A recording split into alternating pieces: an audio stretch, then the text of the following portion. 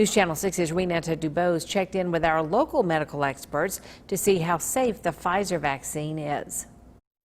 We spoke with infectious diseases expert Dr. Rodger MacArthur, and he says this latest vaccine news looks promising. Predicting that they'll be able to make 50 million doses of the vaccine by the end of this year.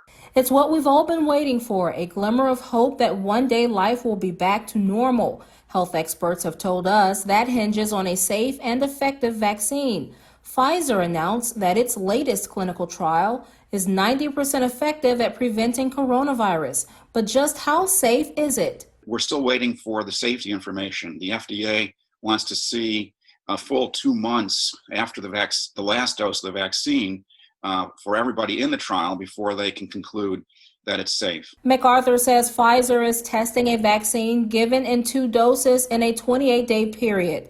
Independent monitors saw 94 infections in a study of 44,000 people. And MacArthur says most of those with the virus had the placebo.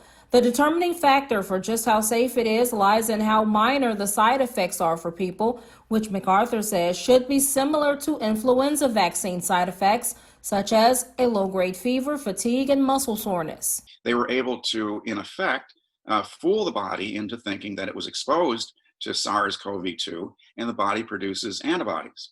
And it appears that the antibodies are reasonably long-lasting and are of a sufficient level to protect against future exposures. Emory University School of Medicine released a statement saying the results bring hope and, quote, as with any clinical trial, the data will need to be examined and many questions remain to be answered, including how long the protection will last and whether the vaccine prevents severe cases or reduces transmission, end quote.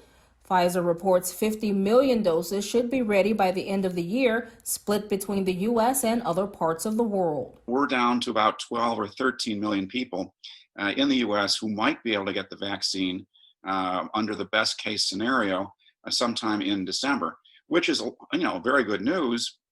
But which 10 to 13 million?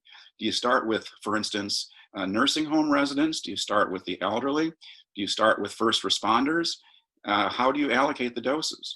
Dr. MacArthur says this vaccine is not final, so that means you still need to wear a mask. Renata Dubose, WJBF News Channel 6.